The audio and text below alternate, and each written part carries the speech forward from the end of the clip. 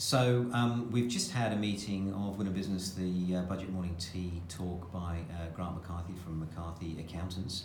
And Grant, thank you very much for giving us that talk. For the benefit of those people who weren't able to make it along to the Budget Morning Tea, do you want to just give us a quick summary as to what you were talking about? Sure, thank you, David, and hello, Wynnum Business members. Federal budget was last night.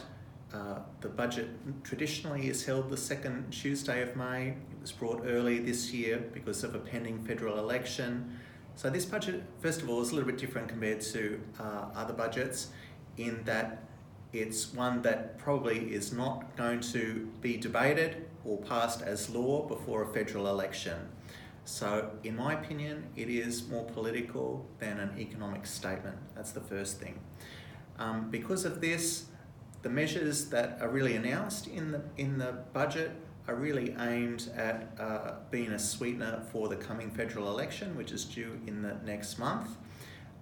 The measures primarily are aimed at incentives by way of tax cuts for lower to middle income earners.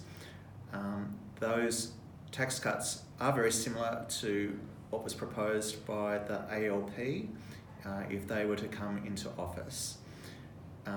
If the measures were to be debated, they don't become law until they pass through the House of Representatives and the Senate, but the measures will be backdated to the date of that federal budget announcement, which was last night, 3rd of April.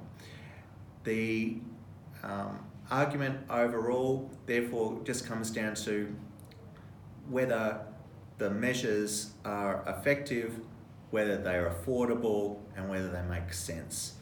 And that's an item of debate, but the main thing is, in my opinion, that the measures are not going to be law. The measures are likely to save people per person in the order of $1,080 per person, applying to the 2018-19 year, if they pass as they are. The current ALP proposal was very similar, at about $1,000 per person a year. So there will be extra tax relief, which reflects that money is being collected to retire debt, and part of that money that's being collected from company tax and GST is being returned to the taxpayer and being invested. Thank you. Wonderful. Well, thanks, Grant. And look, I'm guessing it's all up in the air now over the next couple of months, and we'll just have to see who comes to power in June.